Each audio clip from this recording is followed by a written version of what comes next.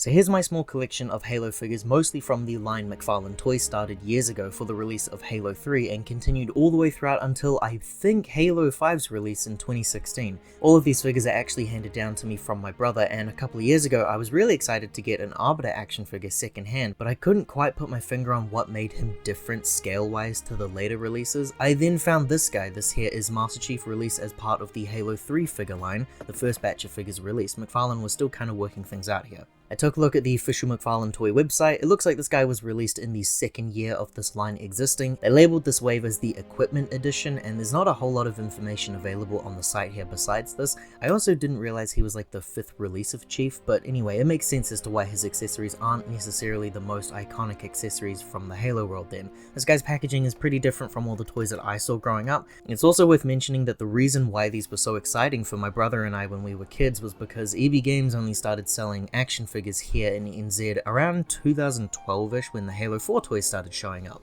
So these toys, while being sold everywhere overseas, weren't sold in this country, period. We were able to get these while visiting family in Australia because they have everything over there. We can see an image of Chief there on the back of the card, as well as his figure's name and the accessories included here. We have a rocket launcher and a bubble shield. McFarlane's logo is there on the side. Comparing him to the anniversary figure I have that I think released in 2011, you can see that the scale of the toys did end up changing throughout the waves. However, Arbiter definitely appears to be from this line of figures. He seems to match that scale with this guy a lot better than my other ones. So I'm really happy to finally have these two for real now. Back of the box here shows that we have a lot of text and a couple of other figures available in the line. A really cool selection of figures here. The site says that it was mostly made up of a multiplayer wave of figures with some special accessories as well. The first figures here are Chief with a sniper rifle and a silhouette of Arbiter, who I later learned was actually a clear active camo variant. And then we have a bunch of skins and armors for the multiplayer figures, which basically made the bulk of the Halo toys. A cool feature here says that the armor can be changed around on these figures for more customization options. However,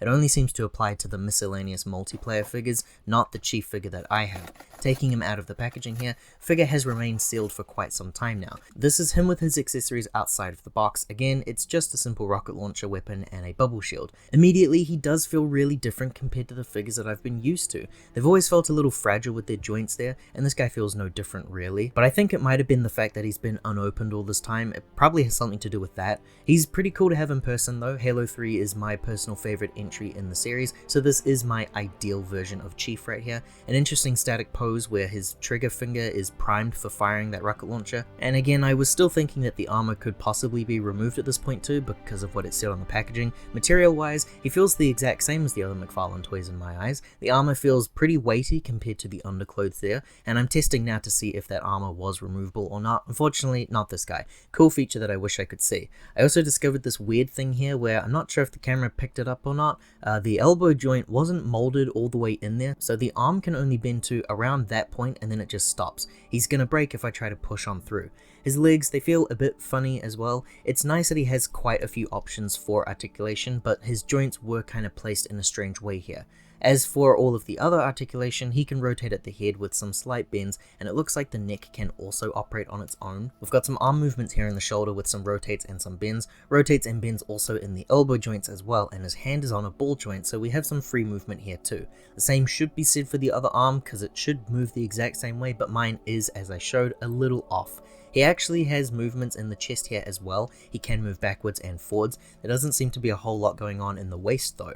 And like I mentioned, the legs are really strange. We do have a piece here in the hips that can rotate, and then the leg itself can rotate with some slight bends outwards and inwards. The knee can bend and rotate, and the foot has bends and rotates as well, but mine is a little bit of a struggle here. And finally, we've got some toe bends too, and that about does it for our Master Chief's articulation. As for that standing test, he's a little finicky. He needs a little bit of effort put into him to fix up that position to make him stand up straight, but he does stand nonetheless. Here we have his rocket launcher and bubble shield accessory. The bubble shield doesn't include the bubble effect. It's a nice piece though. I like the colors that are used here, but it just doesn't really have the same effect without that bubble component. The rocket launcher here is pretty cool to see. It's an obvious favorite of mine from when I was a kid for the fact that it has a one-hit kill damage. He can hold it in his hands nice and easy, and the odd posing of his arms actually means that you can have him positioned with the weapon accurately to how he holds it in the games if you want to. Standing him here with the Arbiter, the display just works really well for me. It feels like I've got got a really cool thing going on with my PlayStation and Xbox toys. A quick little comparison here with some future releases from the line. Chief from Halo 4, the frozen figure variant from that little chamber.